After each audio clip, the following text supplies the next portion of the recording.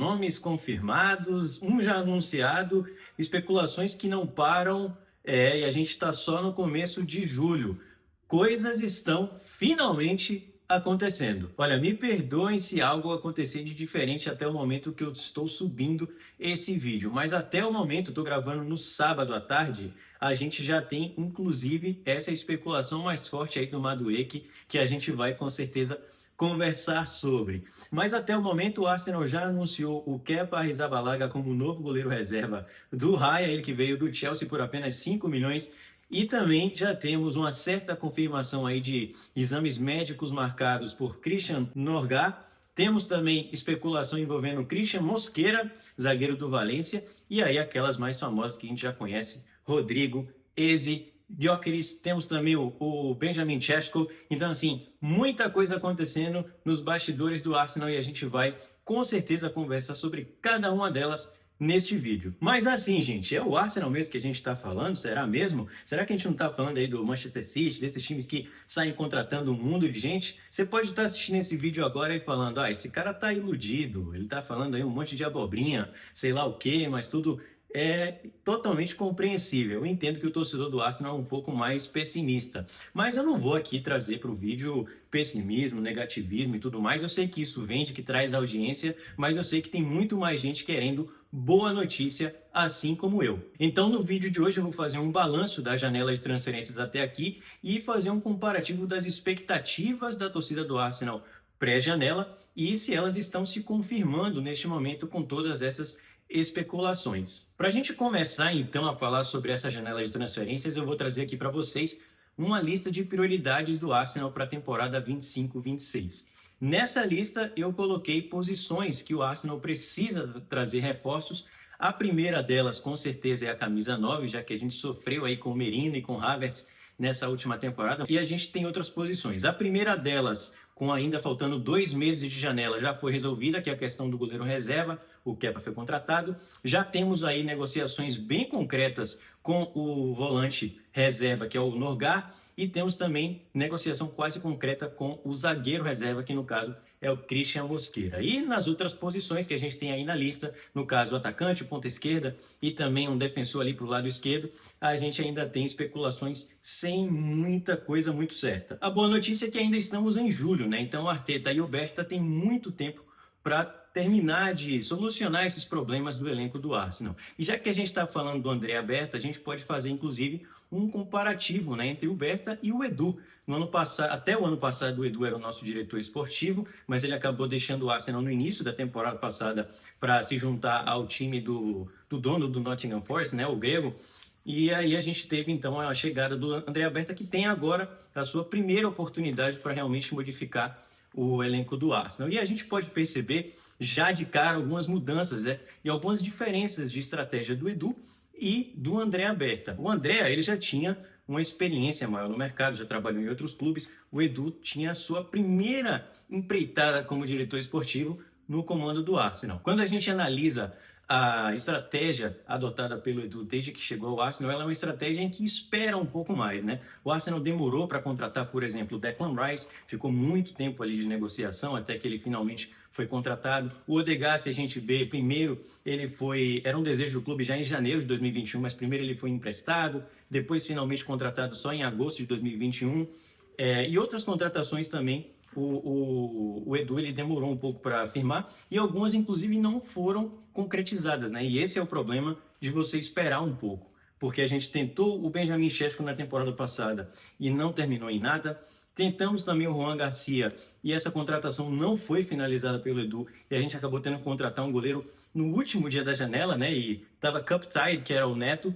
Então, assim, um pouco boa, mas um pouco ruim também essa estratégia adotada pelo Edu. Por outro lado, quando a gente fala de Andrea Berta, como eu falei, já tem mais experiência, inclusive, a gente percebe uma rapidez maior em relação às contratações. Pode ser porque existe uma urgência maior no Arsenal por reforçar o seu elenco. O Arteta já está no seu 6º ano no comando técnico da equipe, então claro que o Andrea tinha que realmente trabalhar mais rápido, né, e tentar trazer alguns negócios. Mas agora então a gente vai voltar para a nossa lista de prioridades, né, do Arsenal para essa próxima temporada e vamos falar especificamente dos nomes que estão sendo especulados. O Zubimendi a gente já tem confirmado, então vamos falar do Christian Norgard, que chega, o Christian Norgard, que é um jogador de 31 anos, capitão do Brentford, né, ele é dinamarquês, volante, e chega para substituir o Jorginho, e não o Partey. O substituto do Partey é o Zubimendi. Então, o Norgard não chega para ser o cara que vai resolver o meio-campo do Arsenal. Ele vai ser uma segunda opção. E ele me lembra muito bem o Xhaka, né? Ele tem algumas características que são bem parecidas com a do Xhaka, principalmente a liderança. É um cara realmente com experiência aí, que é capitão de equipe, então o cara precisa ser líder para isso. É um cara que pensa o jogo bem positivamente, né? Ele costuma arriscar mais passes ofensivos, progressivos, e fazem com que o time saia da pressão com mais facilidade. Ele não é aquele cara que só toca para o lado, toca para trás e tudo mais. Então a gente pode esperar isso do Christian Norgard. Outra característica que é bem notável no jogador é a questão física, né? Se a gente for pegar aí o comparativo na última temporada, ele foi o jogador que mais cobriu distância no campeonato inglês, então a gente pode esperar realmente uma presença maior física no meio-campo dos Gunners, já que a gente tinha um Jorginho que sofreu bastante com isso e agora acabou partindo para o Flamengo. Quando jogava no Brentford, claro que ele jogava num time mais fraco, o que significa que o time estava mais sob pressão do que ele estará, por exemplo, se vestir realmente a camisa do Arsenal, se isso confirmar. Então, ele não vai voltar tanto o jogo para o goleiro, vai tentar realmente mais esses passes progressivos, e a gente pode ver aí até na tela que ele consegue se livrar bem da pressão, ele consegue dar esses passos para frente, consegue ler bem as situações de jogo, e isso com certeza vai ajudar nos momentos que ele estiver com certeza em campo, que não vai ser sempre, né, galera? A gente sabe que o Zubimendi vai ser o titular, então o Norgard ele vai atuar nas partidas provavelmente de Copa, ali talvez Champions League, nos jogos que estiverem mais tranquilos, e no caso de uma lesão do Zubimendi, mas a gente torce para que isso não aconteça. A última característica do Norgard que eu queria destacar aqui, ela é diferente inclusive do Xhaka, que é a bola parada. O Arsenal é muito famoso, tem ficado muito famoso pelas bolas paradas, principalmente com o Gabriel Magalhães, e o Norgard está nessa lista dos jogadores que são mais eficientes em bolas paradas, convertendo as chances em gol, né? Ele tem o XG em terceiro lugar, gerados por bola parada, atrás apenas, claro, do Gabriel Magalhães e do Fabian Schär, mas na frente do Virgil van Dijk, isso desde a temporada 21-22. Norgard com certeza não é um craque, não é o supra-sumo do meio campo, e a gente nem está esperando que ele seja isso. É um jogador que tem alguns defeitos, é muito agressivo, né? No passado, inclusive, ele quase quebrou a perna do Martinelli, mas se livrou com o cartão amarelo. Mas a gente tem que se preocupar bastante com essa questão para ele não tomar muitos cartões gols, ainda mais se estiver jogando numa partida bem decisiva. Mas o negócio ele faz sentido, porque se a gente for analisar os valores, né, foram valores muito baixos. O Arsenal pagou apenas 10 milhões, vai pagar 10 milhões de libras no jogador, que tinha um salário de aproximadamente 40 mil libras por semana no Brentford, então vai aumentar um pouquinho provavelmente com essa valorização indo ao Arsenal.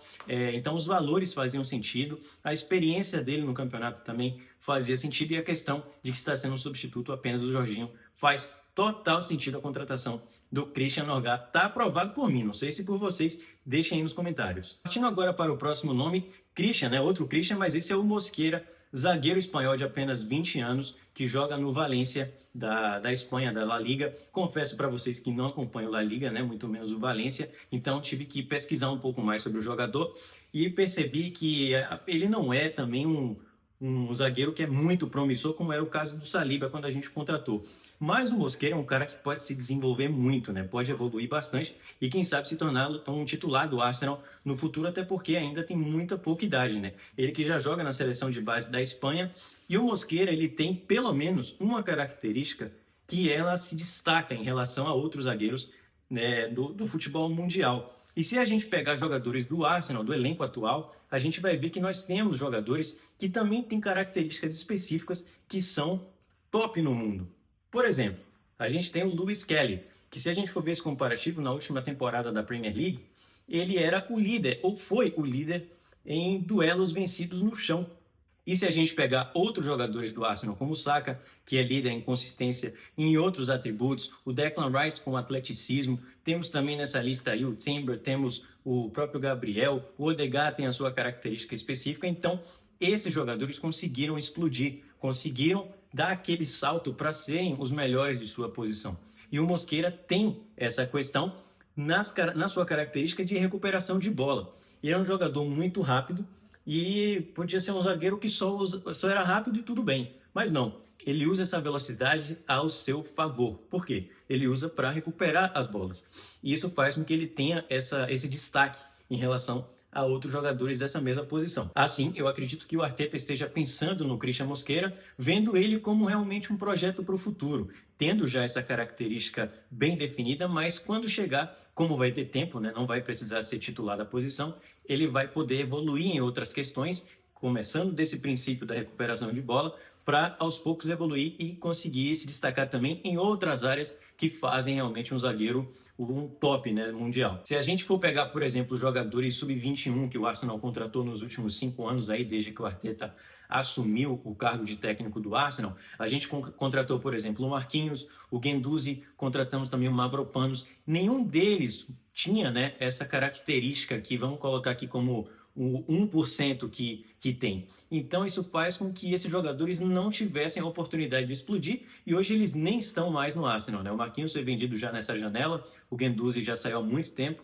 lá na pandemia, e também quem deixou o clube foi o Mavropanos, hoje está no West Ham, se não me engano. Mas o Lewis Kelly, por outro lado, ele tem essa característica e conseguiu explodir rapidamente, né? Já hoje é convocado pela seleção inglesa e mesmo com 18 anos renovou seu contrato e deve ser o titular da lateral esquerda do Arsenal. Então o Mosquera ele pode entrar nesse seleto grupo de atletas que se destacam em certos atributos para conseguir realmente explodir e ter uma carreira longa com a camisa do Arsenal. Com a confirmação ontem da saída do Tomiyasu do Arsenal, acho que fica muito claro porque o Arteta já estava com essa carta na manga, né? Já estava planejando uma reposição para o jogador japonês que não vinha jogando, né? O Arsenal tinha essa lacuna no seu elenco. O Mosquera, que a gente percebe aí nos números, é um cara que tem um passe muito bom também. Ele tem algumas certas dificuldades no jogo aéreo, que ele pode realmente melhorar, como eu estava falando, mas é fundamental a gente ter alguma peça para repor esse buraco que o Tomiyasu